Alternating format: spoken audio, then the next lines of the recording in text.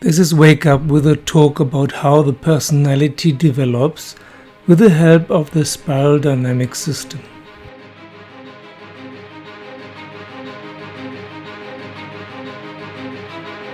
Good morning, this is Wake Up, formerly What is Awakening, with a talk about the personality. How does the personality develop? Which aspects does it have? Which flavors? Which strengths and advantages and disadvantages? Which stages does it go through on its personal growth path? To explain this, to put it in clear terms and not to make it too complicated, we use the system of spiral dynamics, which was founded by Claire Graves and made popular by Ken Wilber. What we call personal growth or character development or personality or ego or whatever goes through stages. But they're not so much a ladder or a spiral, they're actually different aspects. It's more like a cake. The cake is divided into 6 pieces and we have to experience all of them to have a fully developed personality. At any point in our lives, our thoughts and emotions and topics are centered around one of these pieces. They're called colors. One of those colors is called beige and its topic is survival. At some point we realize that we have to take care of ourselves, otherwise we starve or get eaten by a tiger or whatever. Even if we would like to sit on a park bench every day from morning to evening, we have to do something to earn our livelihood. Another piece is called purple, and purple is the color in which we realize that we cannot do everything alone by ourselves. We need a team. We need friends or family or clan, any kind of community. But usually we choose people with whom we are related. Another piece of the cake is the color red. Red is the color of power. In this color we realize, respectively, that I can take more power for myself and leave less to others. It's an unequal society. I get more fame, more wealth, more of everything basically, and you get less. This is one of the main colors our human society on this planet right now is focused on. And right now we can see during this crisis, it's really one of the main colors that is acting.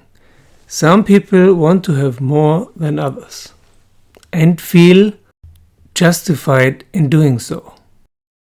Another part of the cake is called blue. This is the color of rules and order and religion. At some point you realize that if anyone can just take whatever they like, this becomes chaos and mayhem and huge injustice. So certain rules have to be implemented to stop power mongers and sociopaths from taking over everything and hoarding it and leaving none for others. This we usually call justice. Religions also have a very ordering effect. They prescribe laws, the 10 Commandments for example. This color blue is also one of the main colors humanity is focused on right now. So all these colors are personal development and also human development, or in certain countries a certain color can be more prevalent than others. Another color is called orange, and orange is the color of efficiency, of science and of economics. Everything needs to be faster and better. A better car, faster car, a newer car. New is always better. The newer the better, no matter if it destroys the environment or kills people. Money is one of the main topics here. and also natural sciences. Here we can see in some stages of human history and in some countries, in some societies, religion is more important, and in some natural sciences are more important. It's not that one is better than the other, it's just a different type of focus.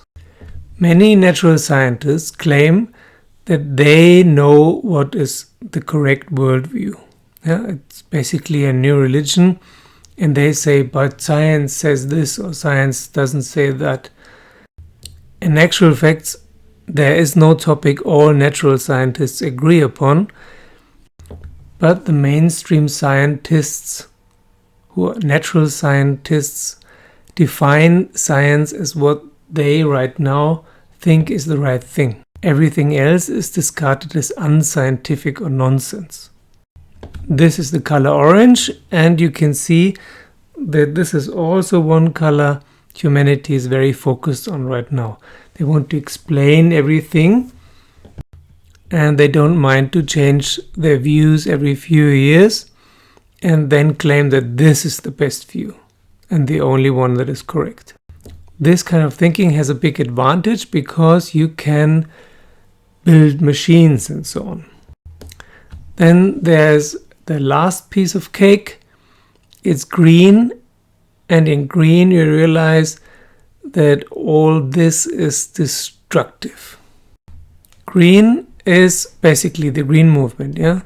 It's the color of Amnesty International, World Wildlife Fund, Greenpeace, feminism, Save the Rainforest, and so on. So it's, on the one hand, it's a very community-like focus, and on the other hand, it's an anti-focus. It's always against something. Don't eat meat, for example, and so on.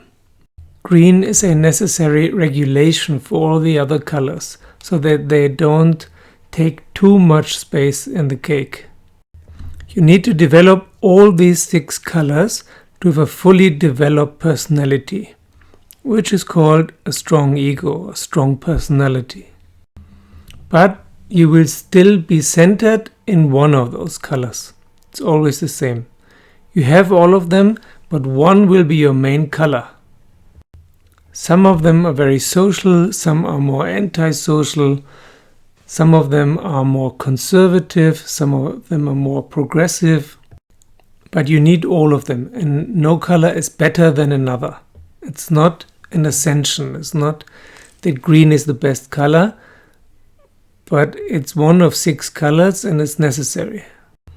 Although it is probable that 80 to 90% of humanity right now have not a very strongly developed green color. The 3 colors that are right now the strongest, where most people are centered in worldwide, are red, blue, and orange. Red is power, blue is order and religion, and orange is progress, efficiency, natural sciences, analytical thinking. The delusion that everything can be solved with the mind, especially if there's no evidence and the planet goes to hell in a handbasket. That's where green comes in, and also beige and purple come in again. Right now we can see, for example, that in this crisis there's a lot of brotherhood, sisterhood, neighborhood, and so on re-emerging. Yeah? Some people are closing themselves off, and some people start to help each other, or even help strangers. Now, how does this relate to awakening? You can awake from being centered in any of those colors, but it is more likely to awake once you have developed all these 6 colors and some other colors that I will talk about in another video, the second tier colors. The second tier colors are not about personality development anymore. It's more personality deconstruction and building up something else that has a larger view. It's not about me anymore. This system of spiral dynamics is of course not the truth, but is a very good system to look at yourself. Where are you centered? What do you still have to develop? Because once you are awake, or when you are awake, you still have your personality. And the more balanced and developed your personality is, the easier your life will be. If you're full of hatred and fear, meaning your personality is full of hatred and fear toward someone or something, and awakening happens, your personality is still full of fear and hatred. You do not have to listen to the fear and hatred anymore, because once awake you cannot take your emotions and thoughts seriously anymore, but it can still be annoying. The sooner you look at the crazy parts of your personality, the better. This is, for example, one of the delusions of the green color, is that if you, for example, meditate a lot, then all your problems will disappear. That there's a kind of purging of all negativity. There is not. There's no purging by meditation. Meditation happens once you are awake or enlightened by itself. If you want to get rid of the uncomfortable parts in your personality, you have to work on them. You have to understand all the little delusions that bother you all the time and constitute your inner dialogue. No one will ever come and take all the problems away for you. No God, no guru, no teacher, no one. The healing of your traumas is your job. You can get help, but you still have to do it yourself. And to do this, it's good to understand where you are, where you stand, and spiral dynamics is a very good system for that. Only remember, this is not a stair or an upward spiral. This is actually a cake. Yeah? Every color has its own place, and no color is more important or better than any other. We need all 6 of them in equal parts. But while you're working on one color, this color of course can take up more space. But don't get stuck in one color. It's not that one view on the world of these 6 colors is more true than another. They're all personality. None of them incorporate any truth. But that is still how our mind and our emotions work. So it's good to understand them, to understand yourself.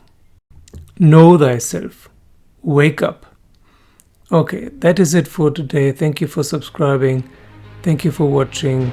Feel free to ask questions and see you soon.